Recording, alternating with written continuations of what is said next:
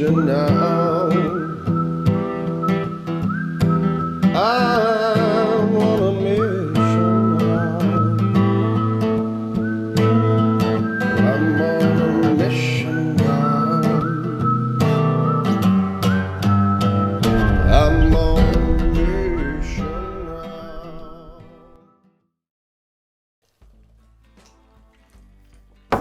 What's up, everybody? Welcome back to the mission. Dre from Bucktail Flies here.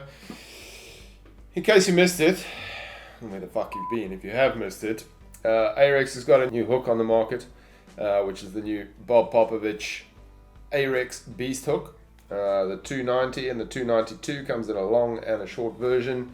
Pretty excited about these things, considering my love is tying big flies on big hooks.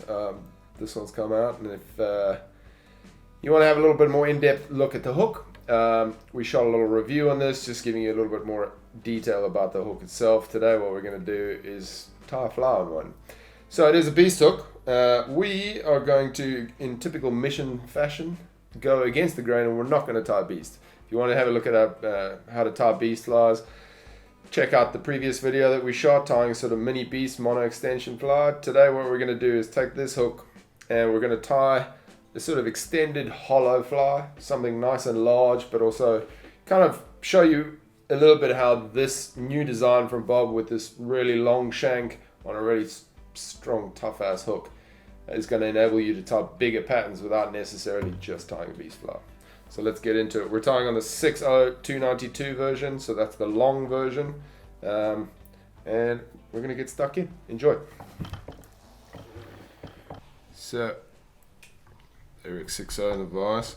We're tying again with, as usual with me, we're tying with Nano Silk, the Semperfly Nano Silk. This is the 50 denier, super skinny, super strong.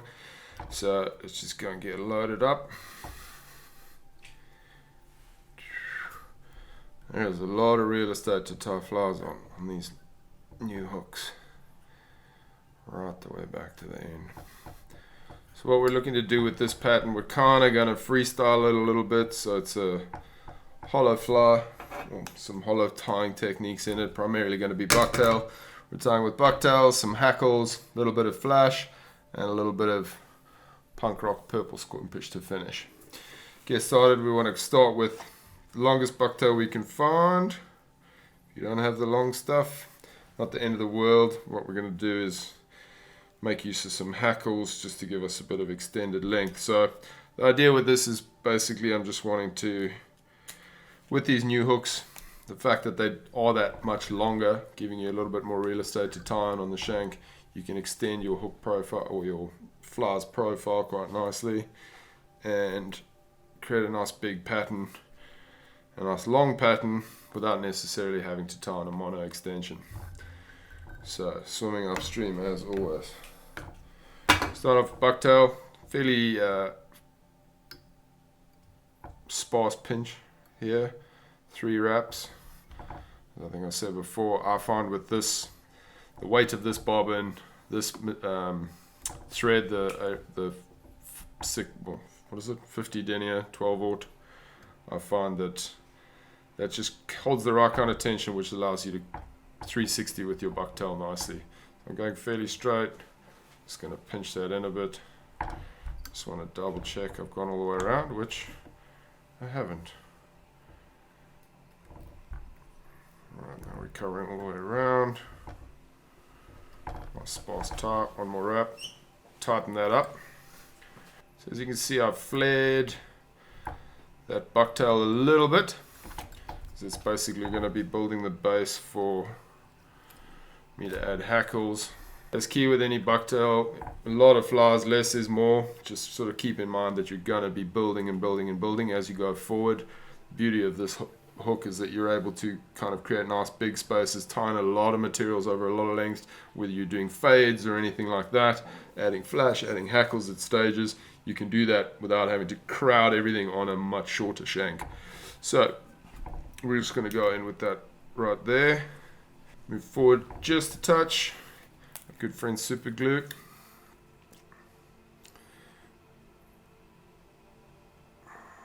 So we're going with these are Ewing hackles, the flat wing guys. So nice, beautiful, give you lots of length, lots of movement, but also not long, super skinny. I pulled these ones off, pre-measured them. I want to keep a little bit of the stiffness in the butt section here. So we're going to go with 3 to start. Basically 1 on each side, and then I'm going to go with 1 over the top. So I'm tying these in just ahead of my previous tie point. There's 1. Make sure they're even. Let's just trim that.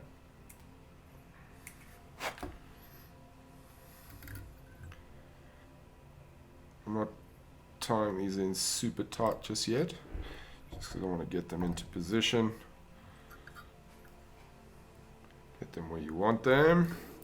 And third one, and straight over the top. Tie these in. So what I want to do is just double check that those are all even. And what I like to do here is just pull them out a little bit, because you basically, I want to use them to create bulk and body to the fly as well. Get them into the position that I want, and then use a little bit of super glue, or you can use UV resin. Next step, I'm going to take pretty much a similar tie bucktail. So I'm going to make my way forward a little bit on the shank. The beauty of this is you can create like a really big fly, but really sparse, because you've got so much space. You can create or include space between your tie-in points. So I'm looking at that last tie in a bucktail. About there is where the tips are. I want to move this one a little bit forward. So we're going with a straight tie again on this. It's normal tie, not a reverse tie. We're not hollow tying just yet.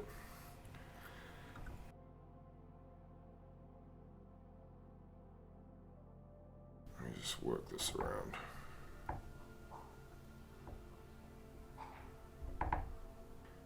Pick these fibers through. I find just using a bodkin to lift everything, straighten it before you do your final tie points or glue anything down. This one back on that, tighten up a bit. And 1 forward again.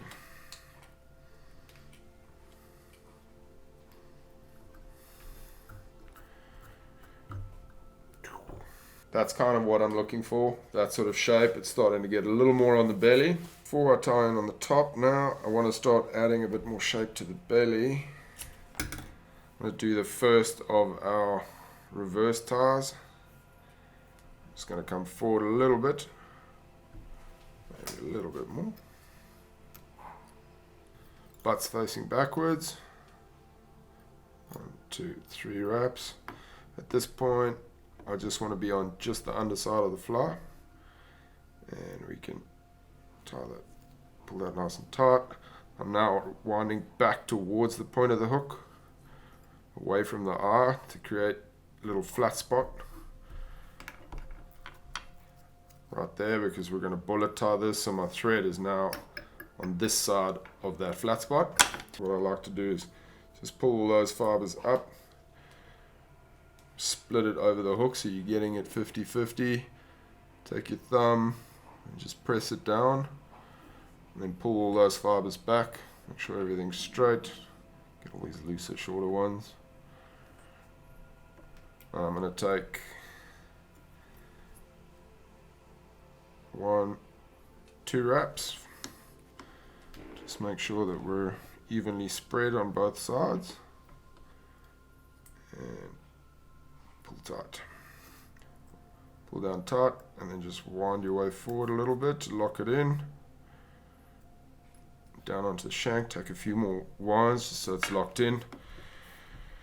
So now what you can do is you can check your flare on that bottom piece. So if I wanted more flare, I could go back in there and wind it tighter. If I wanted less flare, I could wind over with looser wraps, and that's going to keep that shape. Right. Let's go forward a little bit more. On the top, I'm kind of using slightly straighter. So these are pretty soft, but quite straight. So I'm going to do, on the top, I'm going to do 1 more tie point. get your 3 wraps. 1, 2, 3. Spread that out. Again, the beauty of having all of this real estate to work with is we've built up sort of a great profile here, and we're going to start adding color from this point on, like dorsal. It gives you the ability to like tie in multiple tie points nice and sparsely, but that you can create a beautiful blend on your colors and things like that, which at the end of the day does make for a really beautiful fly. We're going to go with 2 more white hackles, 1 on each side. These are kind of on the shoulders of the fly. They're not exactly on the sides. Boop, boop, boop. Couple wraps just to check they're where they should be.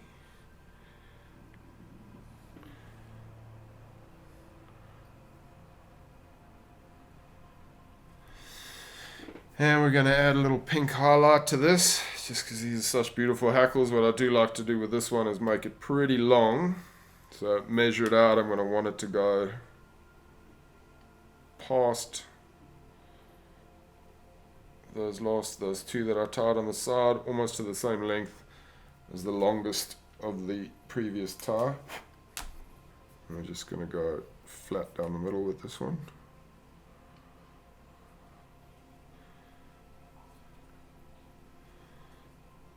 So we're going to grab these hackles that we just tied in.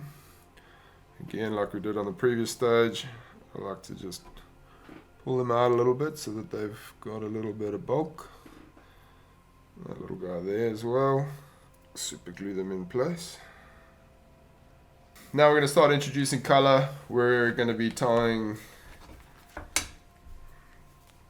kind of those 3 colors, finishing off with a bit of purple. I'm going to start off with a bit of my favorite color. It's kind of a sea foam. Don't actually know what you would call it. I always call it sea foam. It's a very light turquoise with a bit more green in it. Because we are also going to be adding some hackles to this in a similar size. Similar color. So again, I'm tying on the top. So I'm not hollow tying. 3 wraps of this. Spread around.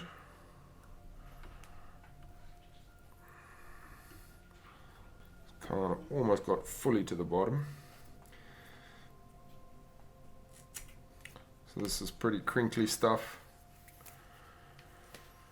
for the belly. I'm going to start tapering the butt ends because I'll leave those in. Just one forward a little bit here.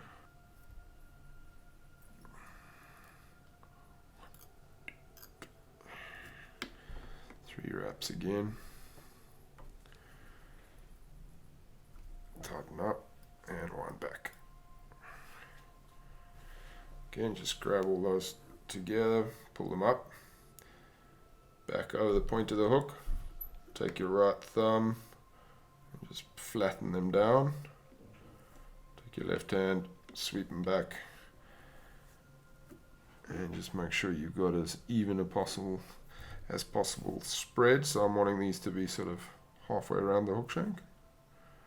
Straight up over the top. 1, 2. Right, so one last set of hackles are going in. These are going to be a shorter pair. So something to kind of match that sea foam. These are a set of dart hackles from Rue Harvey. He's always got the nicest stuff. Basically what I'm wanting to do is just add a bit more of that sea foam further back down the side of the flower.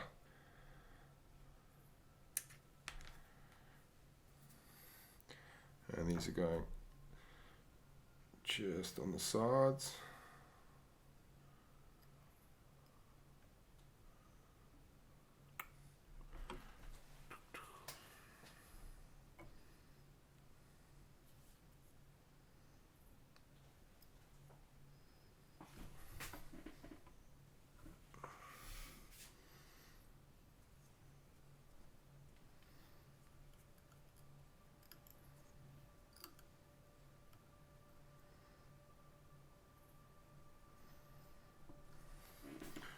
Okay, again, as I did with the others, I'm gonna kind of pull these out a bit.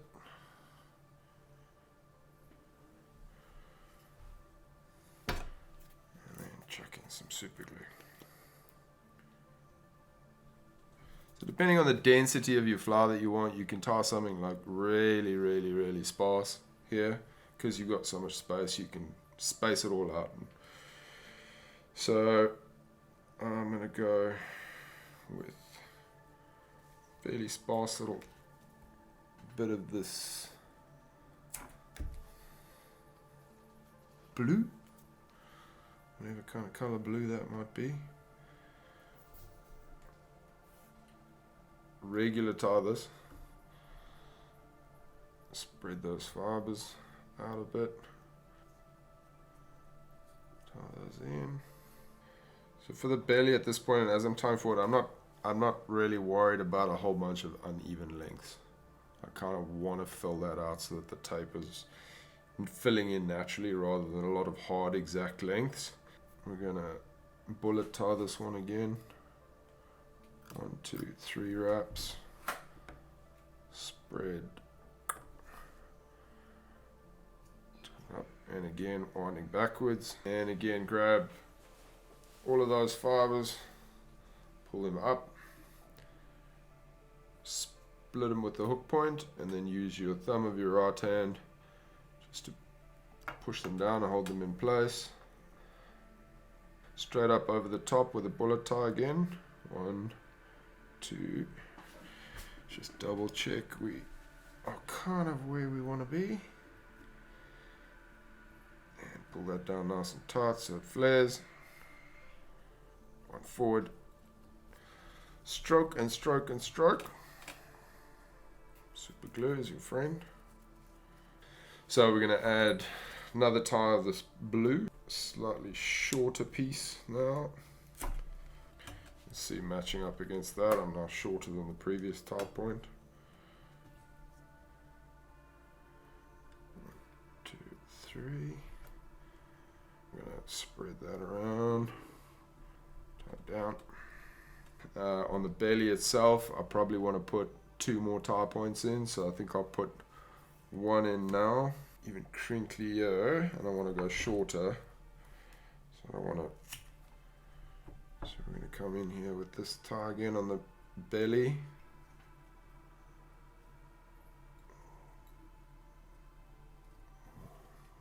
Two. Grab those fibers. Back to the hook point. Flatten it with your right thumb. Obviously, stroke all of these back. What you want to make sure is if you've got a clean front edge there, pushing these fibers back, that means you can actually see if your wraps are at 90 degrees, which is what they should be, to the hook shank as much as possible, because that's going to keep your ties nice and neat. As we're going forwards, we're getting shorter and shorter, so that's creating our taper.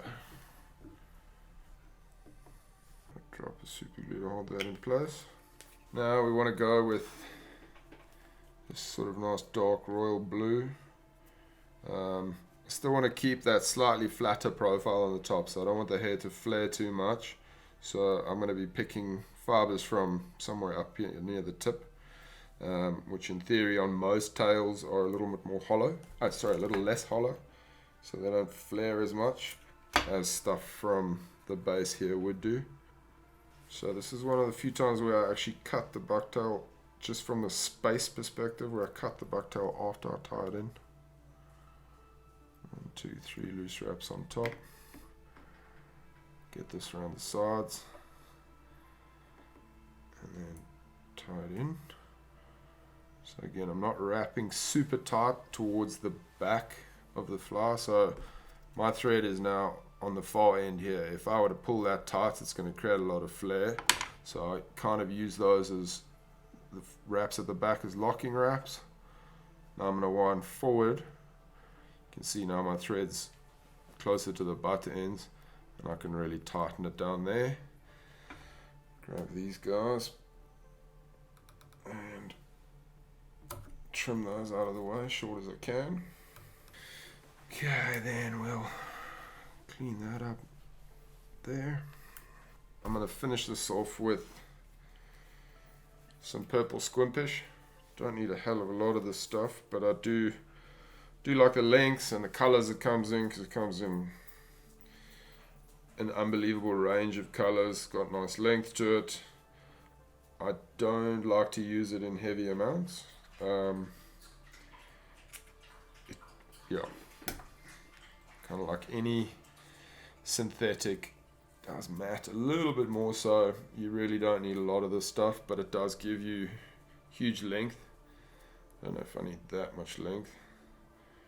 Kind of just want to have that veil over the top, something to fill in the gaps, or if you need color, you know, if you're limited with your colors on your bucktail and you want to add a bit of a certain color, or you're wanting to add length, it's an amazing material for that. I just like to always try and sort of advise people to use it pretty sparingly, because you really don't need a lot of it.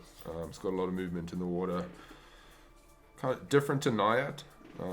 Naiad is a natural, so it reacts a little differently. So I've tied this in reverse. What I'm going to do is, again, fold this back over itself, reverse tie it. If you have a comb, somebody with my amount of facial hair and head hair generally has, not that I use it very often, I'm going to now go over the top of it just to get it where I want it. You get this beautiful color fade, ties a lot of the colors together. So we've got those from the seafoam, light blue, dark blue, and then the purple with that little pink accent in there. Comes through really nicely. Okay, so now we just got to finish off the chin. I want to try 1, 2, 3. I want to try and, again, so I'm sort of mini bulkheading because I've got, or reverse bulkheading should I say, because I've got the butts left on there. Spread these out. So this is where like using really soft bucktails to your advantage, especially at this finish point, because it folds back on itself really nicely. Because ideally what you want to be able to do is finish the flower off without creating a huge thread dam at the front. And now you can start building up the thread in front. So I'm not going to keep winding too many wraps on there, because I am going to add more wraps with the eyes. These are Officiant H2O offset pupil flat eyes. Just going to check the sizing. These are 7mm. The 9s are probably going to be the way to go. Thanks to my good man Rue Harvey and his vinyl eye tabs, these things are legit. So it's basically invisible eye tabs. So instead of using tab eyes, this gives you the flexibility to be able to use whatever eyes you want. I personally love the flat eyes, and I really like these offset pupils. What we're also going to do with these gives you the ability to color your eyes. So I'm going to take a Copic marker and I'm just going to color. This is acid yellow. You can do red, orange, green, whatever you want.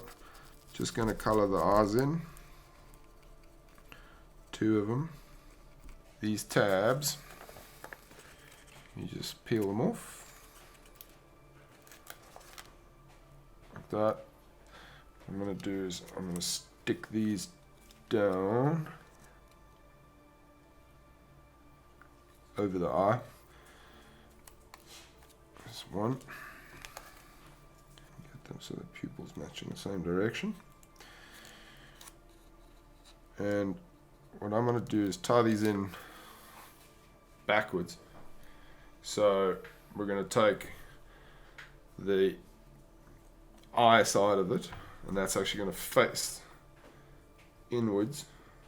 So the two will face towards each other, and then we're going to fold them back. So these ties, you just take that vinyl tab, do 2 loose wraps on that one.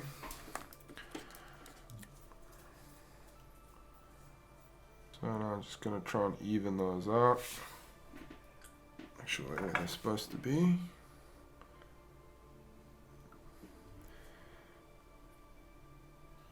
Right back a little bit on these. Then I'm going to fold the eyes back. Just check from the front, make sure they're as even as they can be. And then I'll come in and tie over the eyes again. Oh, those are nice and locked in. What it does is it doesn't flatten or really ruin the profile of your flower, because you can actually bend these out, and they're actually unbelievably tough because they move with the flower. No glue needed or anything like that. Let's whip finish. So let's go and give this thing a bath.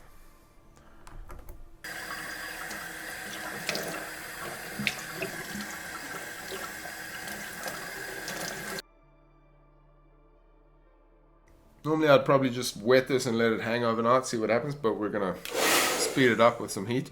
So hair dry again, hot, not super hot, but pretty hot, and just straight on.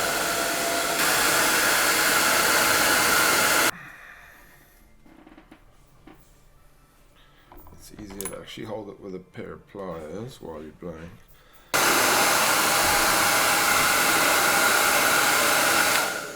I've got to get in there and kind of dry out all those hackles as well.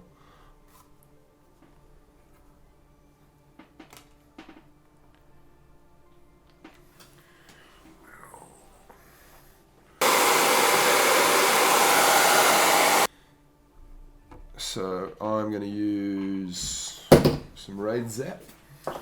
Just a little, this is UV Flex. I'm just going to take a little bit of it and just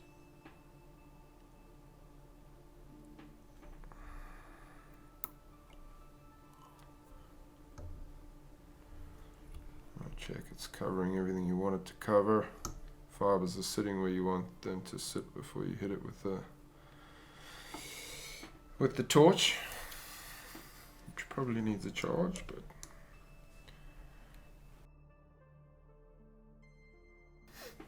so, not quite a beast, but a beast of a flower, or a beast of a hook.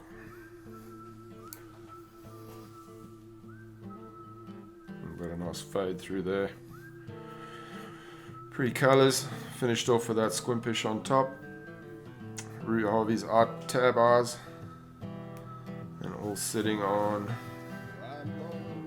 a piece of Ahrex Bob Popovics steel. That's a good looking fucking flower. All these from where I'm sitting. I'd fish it.